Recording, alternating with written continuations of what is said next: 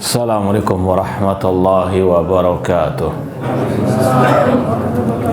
Innal hamdalillah nahmaduhu wa nasta'inuhu wa nastaghfiruh wa na'udzu billahi min syururi anfusina wa min sayyiati a'malina. Man yahdihillahu fala mudhillalah wa man yudlil fala hadiyalah. Ashhadu an la ilaha illallah wahdahu la syarikalah wa ashhadu anna Muhammadan abduhu wa rasuluh. Ya ayyuhalladzina amanu taqullaha haqqa tuqatih wa la tamutunna illa wa antum muslimun.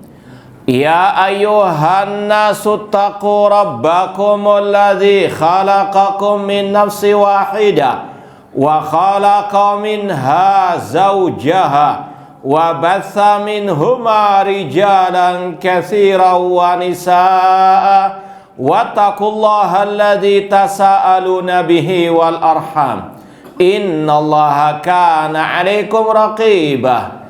Ya ayyuhalladzina amanu taqullaha wa qulu qawlan sadida yuslih lakum a'malakum wa yaghfir lakum dhunubakum wa may yuti'illaha wa rasulahu faqad faza fawzan 'azima.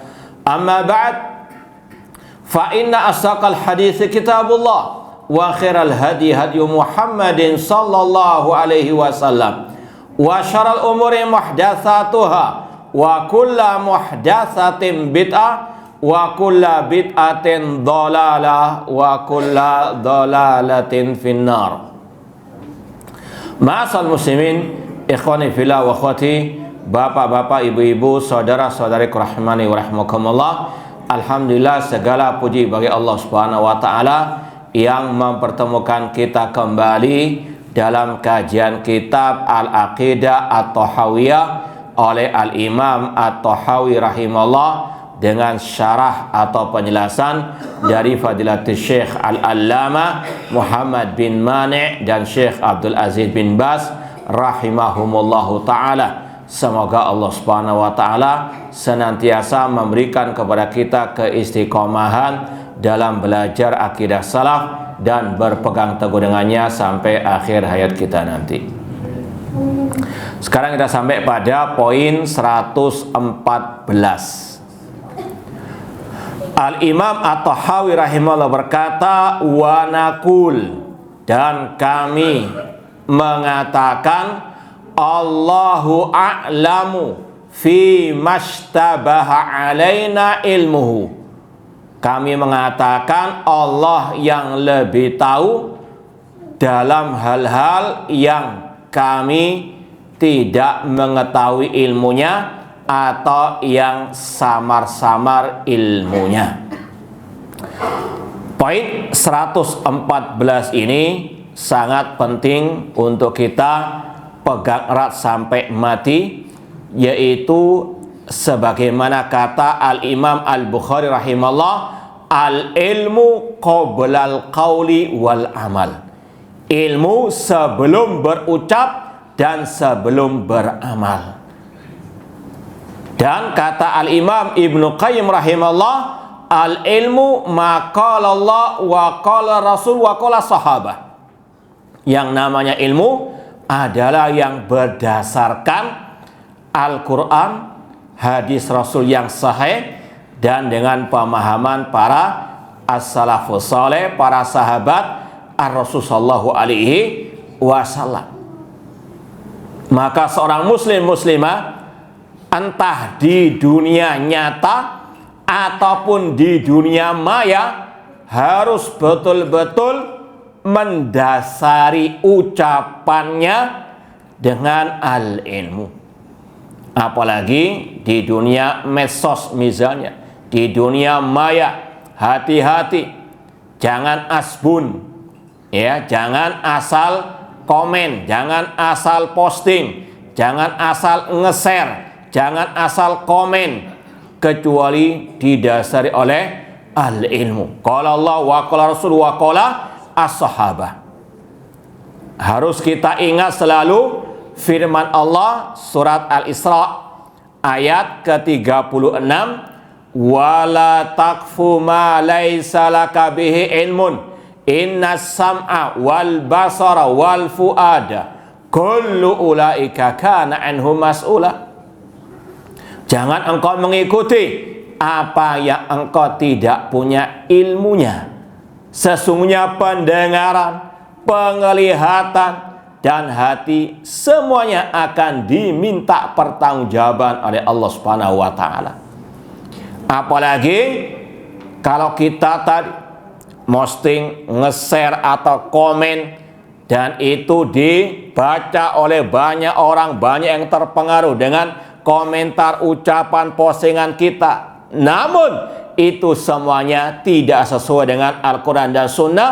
Ingat sabda Rasulullah SAW, man da'a ila dhalala kana alaihi wizruha wa wizru man amila biha.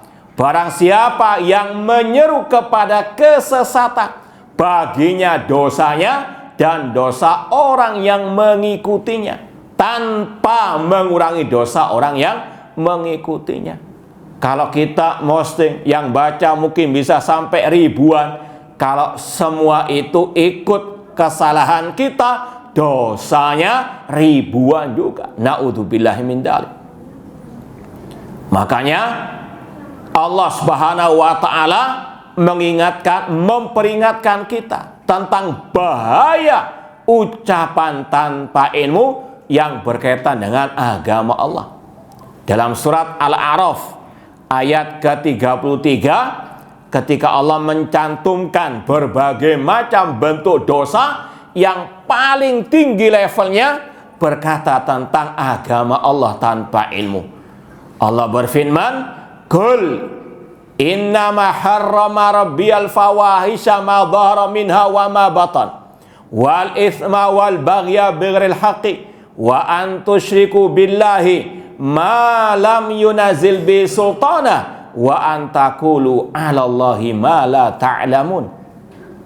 Katakan, wahai Nabi Muhammad, sesungguhnya Rabbku mengharamkan bagi kalian.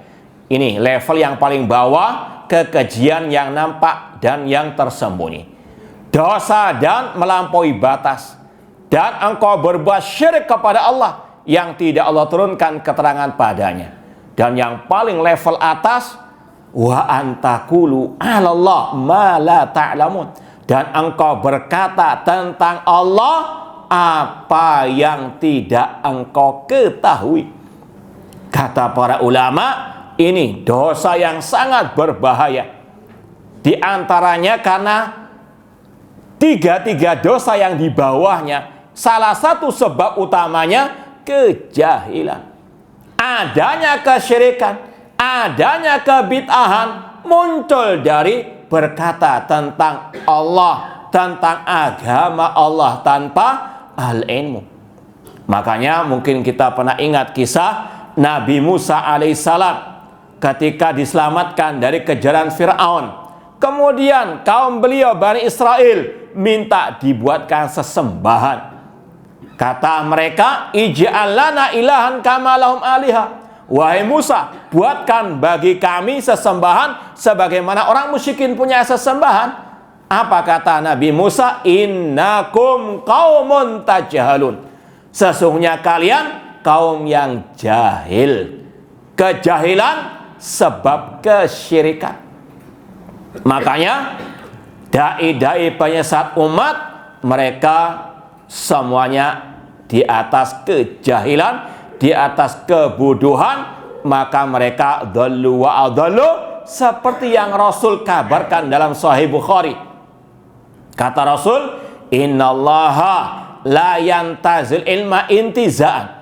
Allah tidak mencabut ilmu agama ini secara tiba-tiba. Walakin yantazil ilma biqabdil ulama.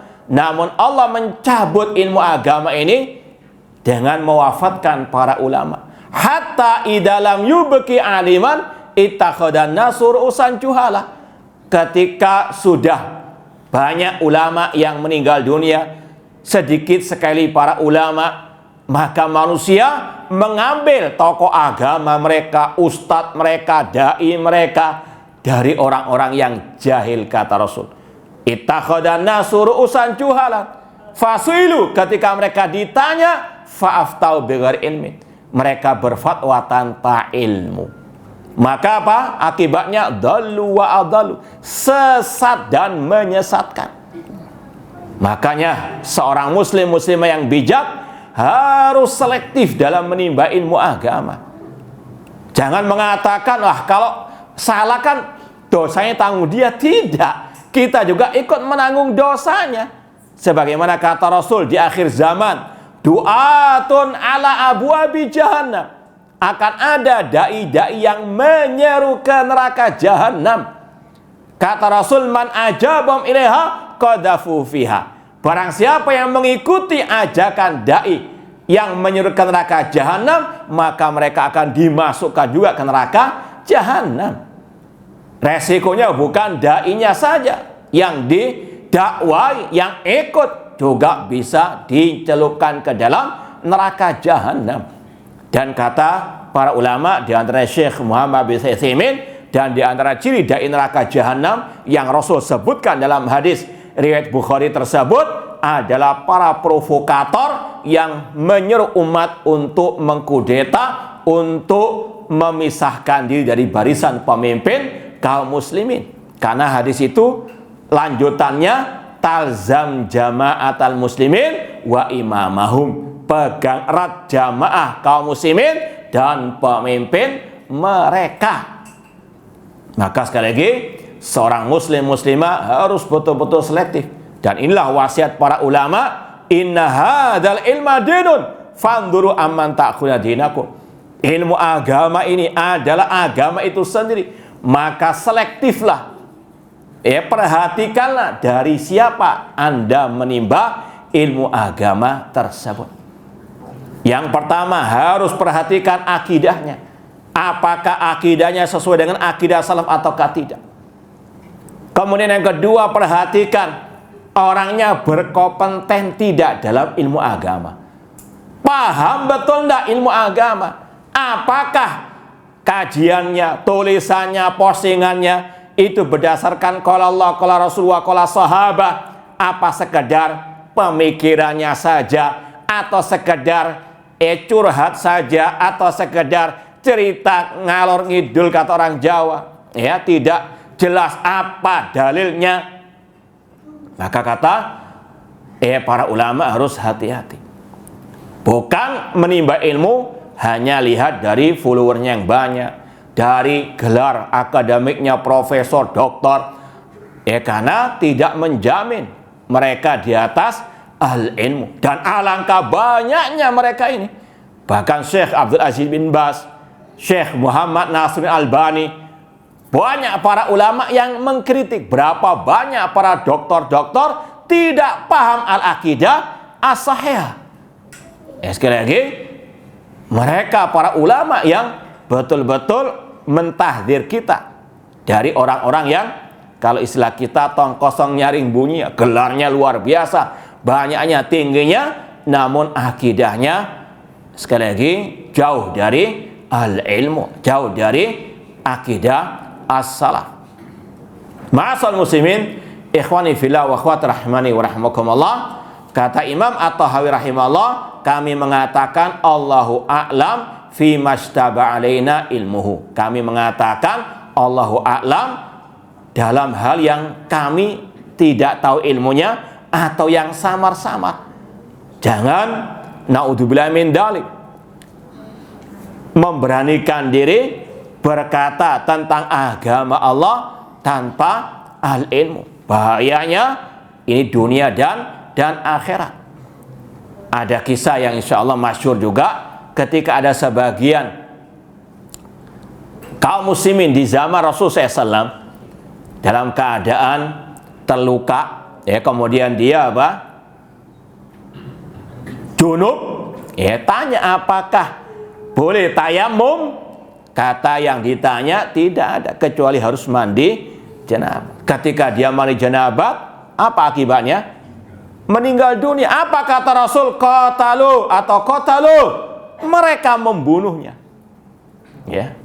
Kata para ulama, ini dikaitkan dengan kejadian tragedi pembantaian orang-orang Yahud kepada kaum muslimin. Semoga Allah membantai, menghabisi, membinasakan al-Yahud dan menolong kaum muslimin di Palestina. Cuma harus betul-betul diintrospeksi bahwasanya pembantaian tersebut di antara sebabnya karena kelakuan sebagian orang-orang yang memberanikan diri teriak-teriak jihad atau menfatwakan jihad yang tidak sesuai dengan sunnah Rasulullah SAW. Ya, kalau satu saja tadi meninggal karena fatwanya yang salah ya tentang orang yang junub tadi, lalu bagaimana ketika ratusan ribu atau puluhan ribu kaum muslimin terbantai karena fatwa sebagian orang yang membolehkan, mensyariatkan jihad namun tanpa persiapan yang matang, tanpa mengikuti sunnah Rasul, fikih jihadnya Rasul sallallahu alaihi wasallam. Berapa dosa yang akan ditanggung? Ya, sekali lagi harus betul-betul berhati-hati. Kalau tidak tahu ilmunya, katakan Allahu a'lam. Makanya para sahabat demikian ketika banyak dalam riwayat ketika mereka ditanya, ya Mu'ad atadri ma haqqullah 'alal ibad wa ma haqqul ibadi 'ala Allah, beliau menjawab Allah wa rasuluhu a'lam. Demikian pula Ubay bin Ka'ab ketika ditanya ayu ayatin fi kitabil a'dhamu, Allahu a'lam. Ini sekali lagi prinsip dalam hidup kita, jangan berkata kecuali dengan ilmu, dan kalau kita nggak punya ilmu lebih baik diam. Kalau ditanya tidak tahu, Allahu a'lam. Ya, sekali lagi terutama di dunia medsos sekarang luar biasa, manusia-manusia yang kalau istilah kita ya jahil namun ngelama, pura-pura jadi apa? Ulama. Sedikit ada kasus, sedikit ada tragedi, komentar, posting sana, posting sini, tidak ditimbang lagi dengan qala Allah wa qala Rasul wa qala as-sahabah. Ya, atau mungkin kalau ada ustadznya yang di atas penyimpangan kesesatan dibantah dengan ilmiah, dengan bukti yang nyata, para pengikutnya membebek, membeo, babi buta dalam membela ustadz tersebut. Tidak dipikirkan, semuanya ada pertanggungjawaban di hari kiamat kala. Ahli ilmu harus betul-betul didahulukan, ahli ilmu qoblal qawli wal amal. Ini sekali lagi prinsip ahlu sunnah wal jamaah. Makanya tadi Imam Al-Bukhari mengatakan al ilmu qoblal qawli wal amal. Ma'asal muslimin ikhwani fillah wa akhwati rahimani wa rahmakumullah. Kemudian poin yang berikutnya 115, kata Imam At-Tahawi rahimahullah, wa nara al-masha alal khuffain. Kami berpendapat disyariatkannya, dibolehkannya membasuh di atas kedua sepatu fis safari wal hadar, ketika safar dan ketika mukim, kama ja'a fil athar, sebagaimana yang telah disebutkan dalam hadis-hadis yang sahih. Kita baca penjelasan dari Asy-Syaikh Muhammad bin Mani rahimahullah. Qauluhu wa naral masal al-khuffain ay li thubuti anin Nabi SAW fi'lan wa qawlan min riwayati sab'ina sahabiyan. Dalil disyariatkannya membasuh di atas kedua sepatu ini ketika berwudu misalnya. Ini sebetulnya pembahasan masalah fikih, ya. Namun disebutkannya dalam bab akidah, dan ini bukan hanya Imam Tahawi, dalam akidah Syarh Sunnah Imam Al-Barbahari dan yang lainnya banyak dibahas al-mas'al al-khuffain, dikarenakan kelompok Khawarij atau kelompok Syiah Rafidhah dan yang semisal dengan mereka mengingkari syariat yang satu ini. Makanya salah satu pembeda antara Ahlussunnah dengan al-bidah ini kitab-kitab al-aqidah. Ya, meskipun asalnya ini pembahasan masalah fikih, namun karena ini berkaitan dengan masalah ar-rad alal mubtadi'ah, bantahan kepada al-bid'ah, dimasukkan oleh para ulama dalam kitab-kitab al-aqidah sebagai pembeda antara Ahlussunnah dengan ahli al-bidah. Adapun secara dalil tentang syariat ini, yaitu sabda Rasul SAW dan juga perbuatan Nabi SAW, kata Imam atau kata Syekh Muhammad bin Mani, diriwayatkan oleh 70 sahabat Nabi SAW. Artinya hadisnya mutawatir, tidak bisa ganggu gugat lagi. Kemudian waqala al-Imam Ahmad, Imam Ahmad rahimahullah berkata, laisa fi nafsi syai'un minal masih alal khuffain, tidak ada sesuatu yang mengganjal dalam diriku tentang masalah membasuh di atas kedua sepatu. Ini semisal kalau orang itu sudah wudhu, ya, kemudian dia pakai kaos kaki, kalau batal wudhunya, kalau wudhu kembali tidak perlu membuka kaos kaki atau sepatunya. Dia wudhu sebagaimana biasanya, sebelum mencuci kaki cukup dia ambil air kemudian diusapkan di atas kakinya. Itu namanya al-mashu alal khuffain. Ya, syaratnya tentunya sepatunya, kaos kakinya harus apa? Suci dari najis. Kemudian dia sudah berwudu dulu sebelum memakai apa? Kaos kaki tersebut. Dan waktunya kata Rasul, kalau orang itu mukim sehari semalam, ya. Kemudian yang kedua, kalau dia safar, waktunya 3 hari 3 malam. Intinya sekali lagi, ini syariat yang sangat terang benderang di dalam hadis-hadis Rasulullah SAW yang mutawatir. Kemudian wa'adda Suyuti ahadits al-masih al-khuffain minal ahaditsil mutawatirah. Imam As-Suyuti menjelaskan hadis tentang membasuh di atas kedua sepatu atau kedua kaos kaki, hadisnya itu mutawatir. Beliau berkata dalam kitabnya Alfiyatil Hadits, khamsun wa sab'una rawau man kadzaba wa minhumul asyra thumma tasaba laha hadisur raf'i lil yadain wal haudi wal mashi alal khuffain. Kata Imam As-Suyuti, ada 75 dari sahabat Nabi meriwayatkan hadis. Yang pertama, hadis tentang man kadzaba alayya muta'ammidan falyatabawa maq'adahu minan nar. Barang siapa yang berdusta atas namaku, siapkanlah tempat tinggalnya di dalam api neraka. Itu hadis yang mutawatir. Dan di antara 75 sahabat yang meriwayatkan hadis tersebut, di antaranya ada 10 yang dijamin masuk surga. Siapa mereka? Ya, al-khulafa ar-rasyidin Abu Bakar, Umar, Utsman dan Ali. Kemudian Abdurrahman bin Auf, Talha, kemudian Sa'ad bin Waqqas, Az-Zubair, Sa'id bin Zaid dan Abu Ubaidah Ibnu Jarrah radhiyallahu ta'ala anhum jami'an. Jadi sekali lagi, hadis-hadis ini banyak perawinya dari sahabat Rasul, di antaranya 10 sahabat yang dijamin masuk surga oleh Rasulullah SAW. Kemudian di antara yang mutawatir juga adalah hadis ar-rafa' lil yadain, hadis mengangkat tangan, ya, ketika apa?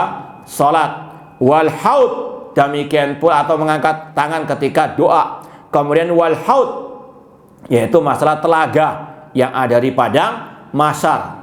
Kemudian al-masih alal khuffain, membasuh di atas kedua sepatu. Itu intinya hadisnya mutawatir. Karena kata Syekh, wala yungkir al-masih alal khuffain illa ahlul bidah, dan tidaklah yang mengingkari membasuh kedua kaos kaki, kedua sepatu, kecuali ahli al-bid'ah. Makanya sudah kita sampaikan tadi, ada beberapa pembahasan masalah fikih al-amali namun dimasukkan dalam kitab-kitab akidah, di antaranya untuk membedakan diri dari ahlil bid'ah. Makanya ahlu sunnah harus selalu terbedakan dari ahlil bid'ah. Dalam akidah, dalam masalah manhaj dakwah, cara berdakwah, jangan mengekor kepada ahli al-bid'ah. Lihat ahli bid'ah, kok banyak, kok seru, kok banyak followernya, ikut cara-cara apa mereka. Yang penting abang senang, naudzubillah min dzalik. Dalam dakwah yang penting Allah ridha, yang penting Allah dan Rasulnya mengajarkan bagaimana cara berdakwah tersebut. Di antaranya tentang masalah al-aqidah. Ini salah satu yang sering dibahas oleh para ulama. Ciri khas Ahlussunnah itu semangat mereka dalam mempelajari, mengajarkan, mendakwakan akidah. Makanya para ulama ketika misalnya membantah kelompok Ikhwan Muslimin, kelompok Hizbut Tahrir, kelompok Jamaah Tabligh yang ada di abad ini, itu salah satu yang penting dibahas oleh mereka para ulama, yaitu perbedaannya kita dengan mereka. Kalau ahlu sunnah salafiyin itu senantiasa memprioritaskan dakwah kepada al-aqidah. Makanya kalau ada yang ngaku dai sunnah, dai salafi, namun malas ngajar akidah, bahkan menggembosi kajian akidah, ini apa bedanya dengan apa? Dai-dai kelompok-kelompok harokat tersebut. Naudzubillah min dzalik. Sekali lagi, ini dakwah as-salafiyah yang dijelaskan oleh para al-ulama. Mereka tidak mau mengikut kepada dakwah-dakwah yang sesat menyesatkan tersebut. Meskipun memang pahit rasanya, meskipun memang harus penuh as-sabr was-sabr, namun inilah yang dikatakan Rasulullah SAW, fatubalil lil ghuraba. Sungguh beruntung orang-orang yang terasing yang mengikuti Rasul dan para sahabat Rasul sallallahu alaihi wasallam. Dahulu ada kata Rasul, Nabi nggak punya pengikut sama sekali. Apakah Nabi itu gagal dalam berdakwah? Tidak. Namun memang sunatullah, namanya dakwah ini menyampaikan al-haq, ada yang menerima, ada yang tidak. Tugas kita hanya menyampaikan. Hidayah taufik di tangan Allah Subhanahu wa ta'ala. Ukurannya bukan banyak pengikut, ukurannya bukan banyak followernya, namun bagaimana dakwah itu sesuai dengan ajaran Rasul SAW. Di antaranya kata Rasul kepada Mu'adz bin Jabal, innaka ta'ti qauman ahla kitab falyakun awwala ma tad'u minasyahadatu alla ilaha illallah. Kemudian kata beliau, karawafid alladzina la yataqayyaduna bi sunnati tsabitah, seperti kelompok Syiah Rafidhah yang mereka tidak ingin untuk berpegang dengan sunnah Rasul sallallahu alaihi wasallam, bal yarudunaha bi araihimul kasidah al fasidah, bahkan mereka menolak hadis sunnah Rasul tersebut dengan akal pikiran mereka yang rusak. Kalau berbicara tentang Syiah Rafidhah, bukan hanya ini saja kesesatannya. Syiah Rafidhah gudangnya kesesatan, bahkan kesyirikan dan kekufuran dan kemunafikan. Kalau mau istilahnya kulaan syirik, kufur, bid'ah, penyimpangan, ini gudangnya Syiah Rafidhah. Mulai dari melecehkan Al-Quran dengan mengatakan Al-Quran yang ada di tengah kaum muslimin itu hanya sepertiga saja. Sebagaimana kata tokoh hadas mereka Al-Kulaini dalam kitabnya Ushulul Kafi, dia mengatakan Al-Quran alladzi nazala bi Jibril ala Muhammad SAW sab'ata alfi ayah. Kata Kulain dalam kitabnya tadi, Al-Quran yang dulu diturunkan oleh malaikat Jibril kepada Nabi Muhammad itu jumlahnya 17.000 ayat, ya. Sekarang yang tinggal berapa? 6.000 sekian. 2/3-nya sudah nggak ada. Ini pelecehan mereka kepada Al-Quran. Kekafiran mereka sangat banyak sekali. Ini hanya setetes saja dari kesesatan Syiah Rafidah. Dan kata Syekhul Islam Ibnu Taimiyah rahimahullah, wahum daiman ma'al kuffar fi muharabatin muslimin. Mereka Syiah Rafidah ini dalam sejarah selalu di belakang orang kafir dalam memerangi kaum muslimin. Makanya aneh bin nyeleneh kalau masih ada yang percaya Syiah Rafidah yang ada di Iran mau membantu kaum muslimin ini sandiwara mereka. Kaum muslimin diprank oleh mereka. Dan juga ini menunjukkan bagaimana kesesatan kelompok Hamas yang masih bermesraan dengan Syiah Rafidah qatalahumullah, sampai tokonya mati di kandang Syiah Rafidah. Naudzubillah min dzalik. Sekali lagi, mereka dalam sejarah selalu di belakang orang-orang kafir. Seperti dalam kisah jatuhnya kekhalifahan Al-Abbasiyah. Apa salah satu sebab utamanya? Sebagian tokoh mereka masuk ke dalam istana kekhalifahan, kemudian membuat rekayasa, tentaranya dikurangi, kemudian mereka memberikan rahasia kepada tentara Tatar ketika sudah pas waktunya mereka diserang.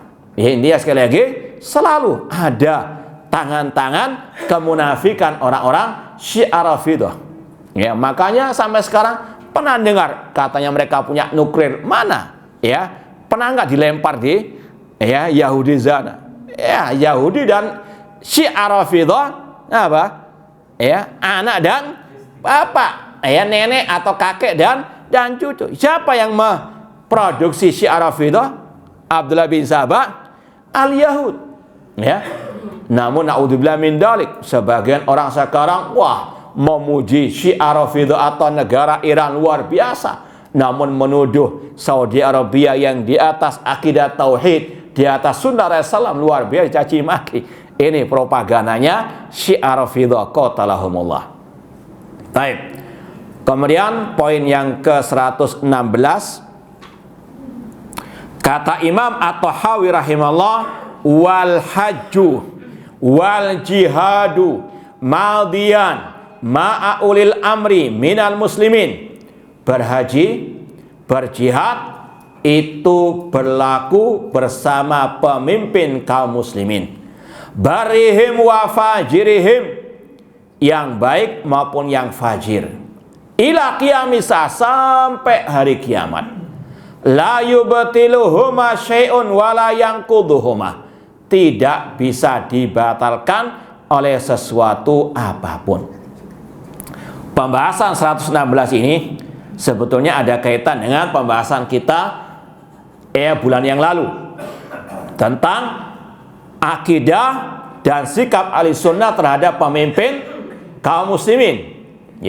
Kita bulan lalu edisi perdana di sini berkaitan dengan akidah Ahlussunnah terhadap pemimpin kaum muslimin. Dan kalau kita kajian sering kita jadikan ringkasan 10 akidah dan sikap Ahlussunnah terhadap pemimpin kaum muslimin. Ini sekedar untuk lebih diingat saja. Yang pertama, membaiat pemimpin kaum muslimin, mengakui akan kepemimpinannya. Yang kedua, menghormati pemimpin kaum muslimin. Yang ketiga, tidak menghina atau mencela pemimpin kaum muslimin.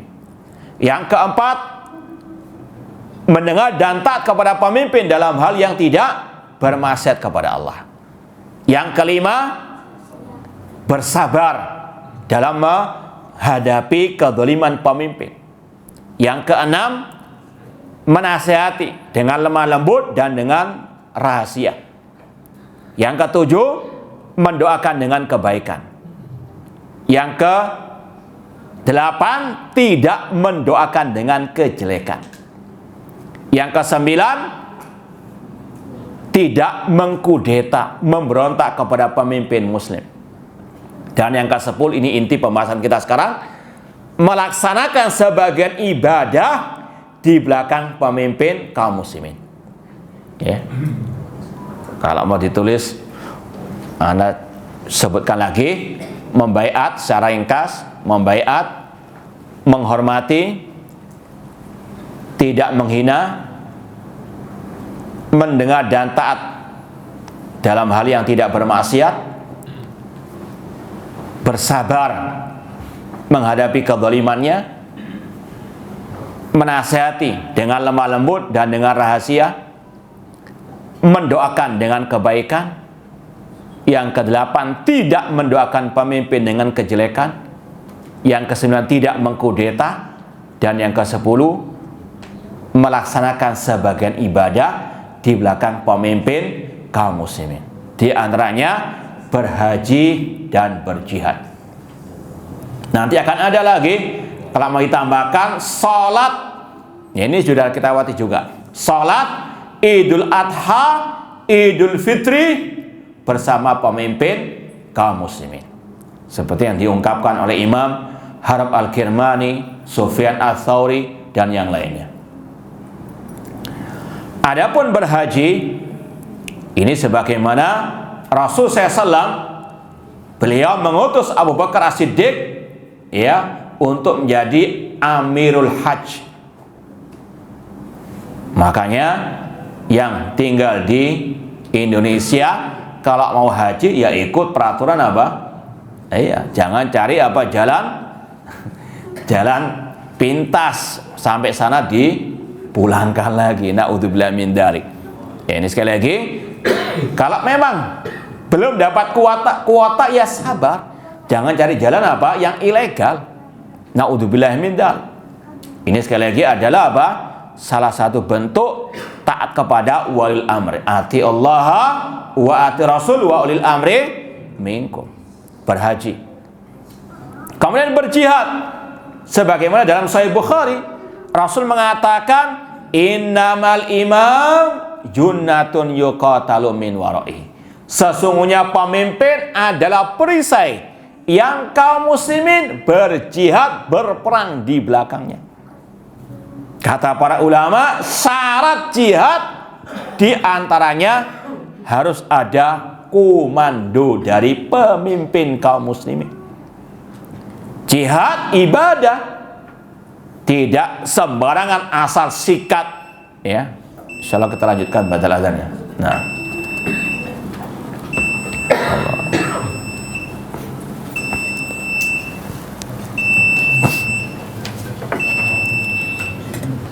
Bismillah.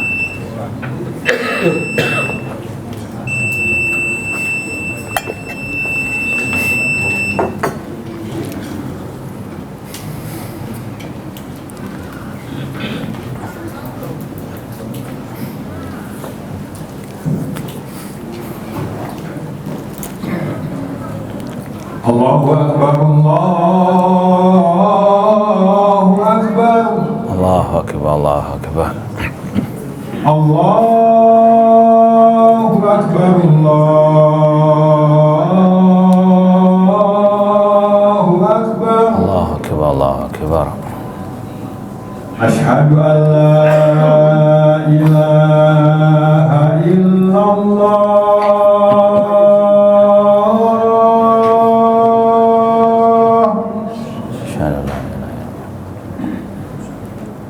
Asyhadu an la ilaha illallah.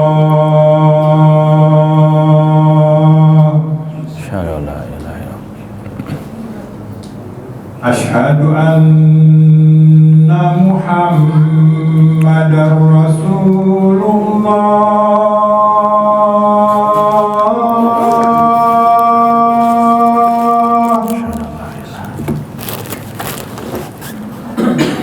Asyhadu anna Muhammadar Rasulullah.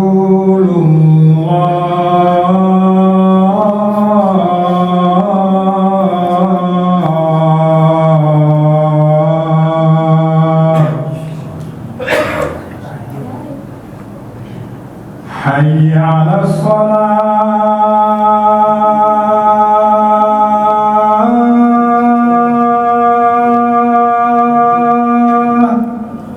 La haula wala quwwata illa حي على الصلاة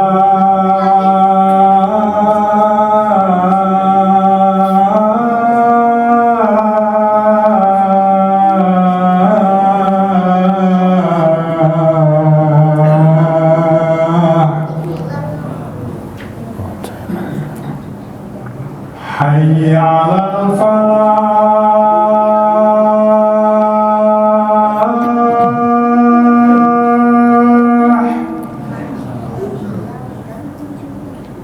حي على الفلاح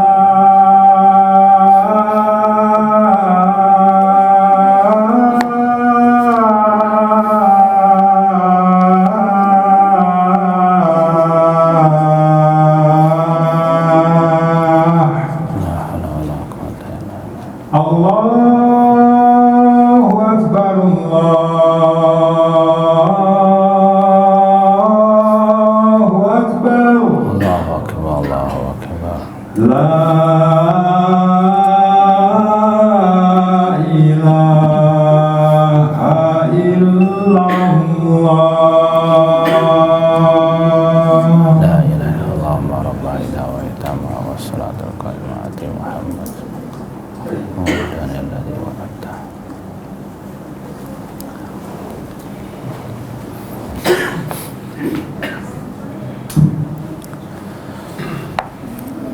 Taib ikhwani fillah wa akhwat rahimani wa rahimakumullah. Kita lanjutkan lagi ucapan Al-Imam At-Tahawi rahimahullah tadi, wal hajju wal jihad madiyan ma'a ulil amri minal muslimin. Berhaji dan berjihad itu berlaku bersama pemimpin kaum muslimin. Tentunya ulil amri yang asli, bukan yang imitasi atau tokoh agama ataupun ketua yayasan atau organisasi, bukan. Namun yang memimpin adalah ulil amri, entah itu bentuknya al-khalifah atau presiden atau raja, yang punya al-amr, kekuasaan dan tentunya kekuatan. Sebagaimana kalau mau diperinci lagi, kalau antum mau tulis silahkan syarat jihad yang syar'i. Yang pertama, tujuannya li'la kalimatillah, untuk meninggikan kalimat Allah. Tujuannya untuk li'la kalimatillah. Yang kedua, harus di atas al-ilmu. Sebagaimana salat harus berdasarkan ilmu, harus didahului oleh al-ilmu. Al-ilmu qabla al-qawli wal amal.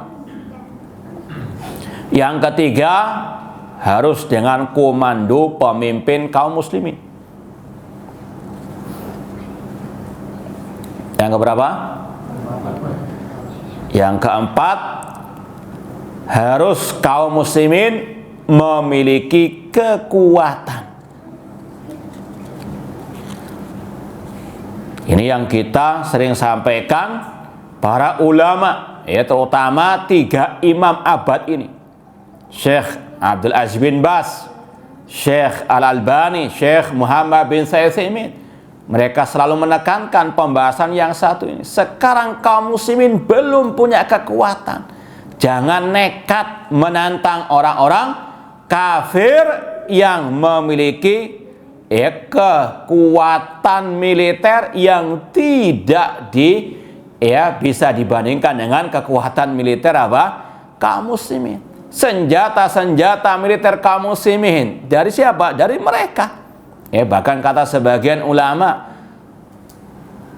jarum jahit saja ya, itu masih ngimpor dari orang kafir. Bagaimana mau melawan apa? Orang kafir. Bahkan kata Syekh Utsaimin juga, senjata yang dimiliki oleh kaum muslimin sekarang ini kalau istilah kita sudah jadul di negeri orang-orang apa? Kafir. Sisa-sisanya mereka. Bagaimana mau melawan apa? Mereka. Ya, intinya sekali lagi masih belum punya kekuatan. Sabar. Rasul SAW dulu pernah menghadapi situasi seperti ini. Tapi Rasul apa? Sabar. Tidak apa? Nekat melawan kaum musyrikin di kota Mekah. Meskipun sebagai sahabat sudah ada yang dibantai, Ammar bin Yasir dan keluarganya. Ini sekali lagi adalah apa? Syarat jihad yang syar'i harus ada kekuatan, ya, untuk menandingi orang-orang apa? Kafir tersebut.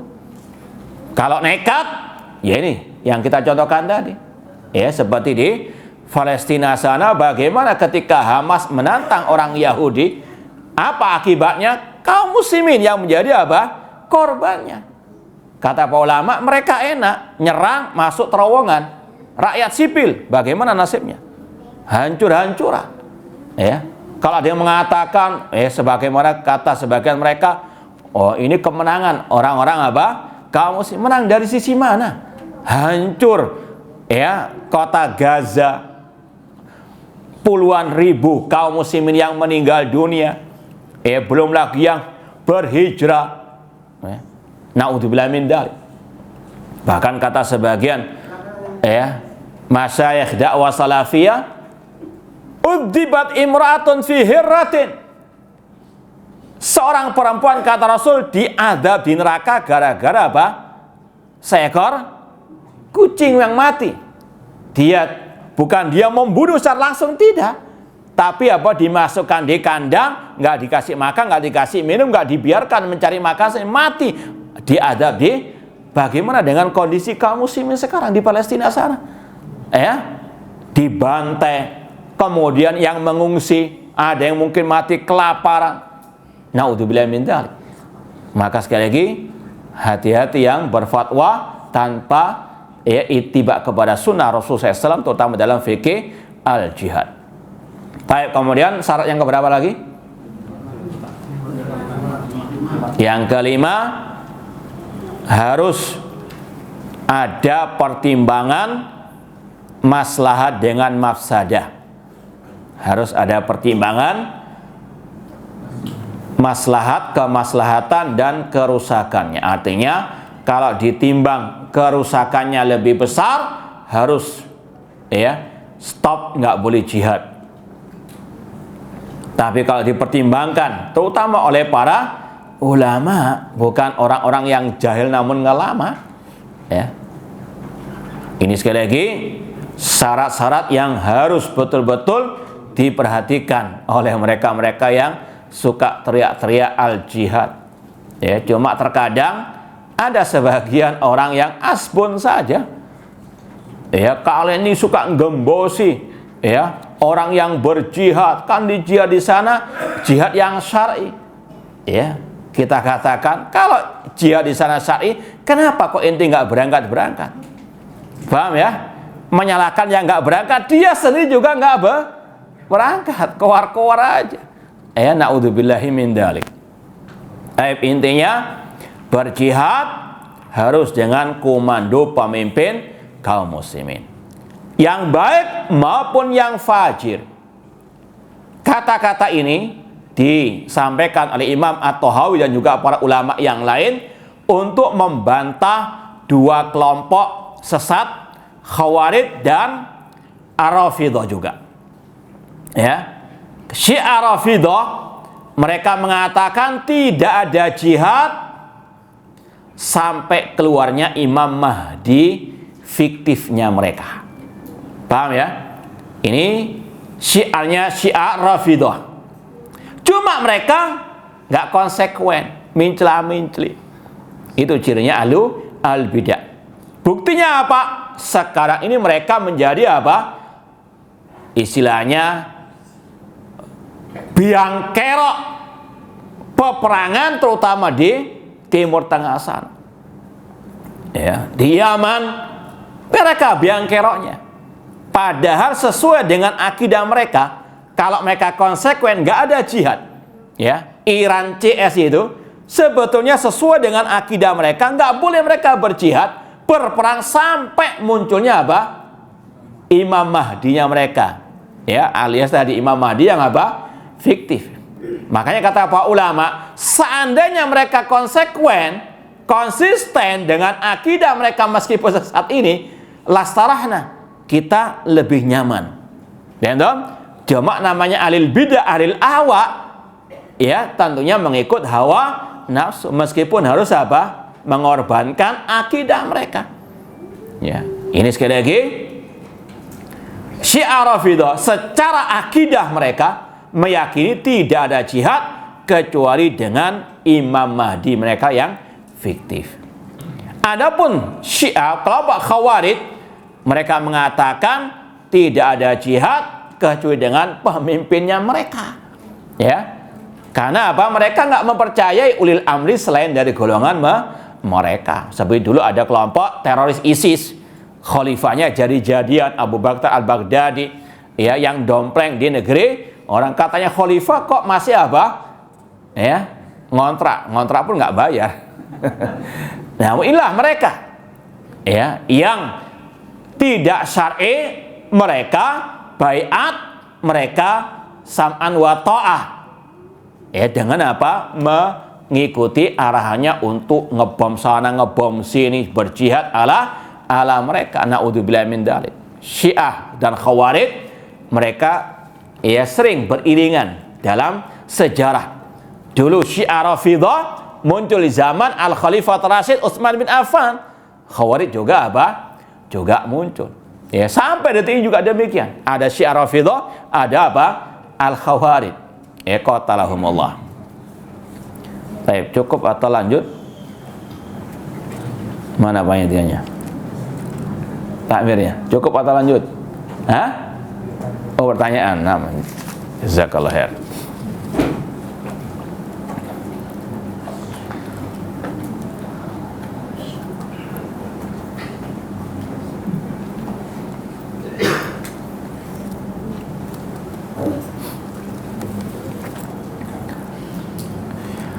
Jadi pertanyaan tentang masalah pekerjaan membuat atau menjahit baju yang kebanyakan tabarruj. Apakah yang selama ini saya cari rezeki itu tidak halal? Yang pertama, selayaknya seorang muslim muslimah betul-betul memperhatikan masalah cari nafkah dari yang halal, meskipun sedikit, namun insya Allah diberkahi kalau halal. Maka kalau sudah tahu apa yang dia kerjakan itu menolong orang, membantu orang untuk bermaksiat, maka dengan skillnya bisa pindah kepada apa? Yang tidak tabarruj. Ya, insya Allah sudah paham bagaimana baju yang tidak tabarruj. Mungkin juga membuat baju untuk anak-anak. Ini kan tidak ada apa? Kata-kata tabarruj dan seterusnya. Ya, sekali lagi, kalau sudah paham, maka lebih baik cari yang lebih halal.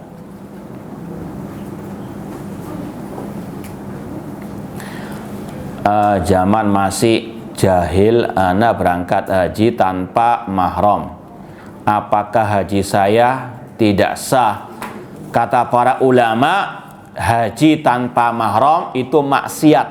Ya, namun karena itu tidak berkaitan dengan masa rukun haji, maka ya semoga ya sah diterima hajinya, meskipun harus dengan banyak istighfar. Kemudian kalau punya rezeki bisa haji yang sunnah untuk menutupi kesalahan haji yang wajib. Sebagaimana salat yang wajib 5 waktu itu kita wajib merasakan ada mungkin banyak kekeliruan, maka di antara cara menutupinya memperbanyak salat-salat apa? Sunnah untuk menutupi kekurangan yang wajib. Wallahu alam, ini yang mungkin bisa kita sampaikan. Kurang, ya silakan Pak. Assalamualaikum warahmatullahi wabarakatuh. Assalamualaikum warahmatullahi wabarakatuh. Apakah bagaimana sikap Ahlus Sunnah terhadap kondisi Palestina sekarang? Ya. Yang kedua, apakah Indonesia sudah termasuk pemimpin Muslim? Terima kasih. Ya, saya rasa yang pertama sepakat ya seluruh Indonesia, Bapak Presiden kita Muslim atau bukan? Muslim. Maka itulah kata Allah, ulil amri minkum, pemimpin dari kalian, pemimpin Muslim. Maka tadi 10 akidah sikap Ahlussunnah wajib diterapkan. Ya, membaiat beliau, meyakini akan kepemimpinan beliau. Kemudian yang ke-1 tadi, sikap Ahlussunnah banyak-banyak mendoakan kaum muslimin terutama di Palestina, kemudian dengan menyeru kaum muslimin untuk kembali kepada agama Allah yang diajarkan Rasul oleh para sahabat Ar-Rasul. Karena nggak mungkin kaum muslimin bisa jaya kecuali dengan kembali kepada ajaran Rasul dan para sahabat Ar-Rasul. Orang Yahudi tidak akan mungkin bisa ditaklukkan kecuali dengan tauhid dan sunnah. Sebagaimana dalam hadis Sahih Bukhari, kata Rasul SAW, la taqumus sa'ah hatta yuqatilal muslimin al yahud. Tidak akan mungkin tegari kiamat sampai kaum muslimin memerangi orang Yahud. Fayaktulahumul yahud, fayaktulahumul muslimun, kaum muslimin yang akan membunuh orang-orang Yahud. Fayahtabil yahudi min walil hajar wasyajar, sampai orang Yahudi lari sembunyi di belakang pepohonan bebatuan, dan semua pepohonan bebatuan akan berkata, hada Yahudi, ya Abdullah ya Muslim, hada Yahudi, warai uktulhu, wahai Abdullah. Kata para ulama, di situ ada makna, ya Abdullah, hamba Allah yang mengesahkan Allah dalam ibadah, yang betul-betul bertauhid kepada Allah. Ya Muslim, wahai Muslim yang sesuai dengan ajaran Rasul sallallahu alaihi wasallam. Di belakangku ada orang Yahudi, maka bunuhlah. Maka ini seruan dari Ahlussunnah, kalau kaum muslimin mau mengalahkan Yahudi, tidak ada cara lain kecuali dengan kembali kepada Islam yang murni, Islam ala Rasul, Islam ala para sahabat Rasul. Sebagaimana kata Imam Malik rahimahullah, lan yusliha akhir hadil ummah illa ma aslaha awalaha. Tidak akan memperbaiki generasi akhir umat Islam kecuali dengan apa yang memperbaiki awal generasi umat Islam, yaitu para sahabat Ar-Rasul SAW. Dan kita Ahlussunnah selalu mendorong kaum muslimin membantu saudara-saudaranya di mana saja mereka berada, ya, di antara di Palestina sesuai dengan kemampuan masing-masing. Wallahu ta'ala alam, kurang lebihnya mohon maaf. Wa jazakumullah khairan. Aqulu qouli hadza wa akhiru da'wana anil hamdulillahirabbil alamin. Wassalamualaikum warahmatullahi wabarakatuh.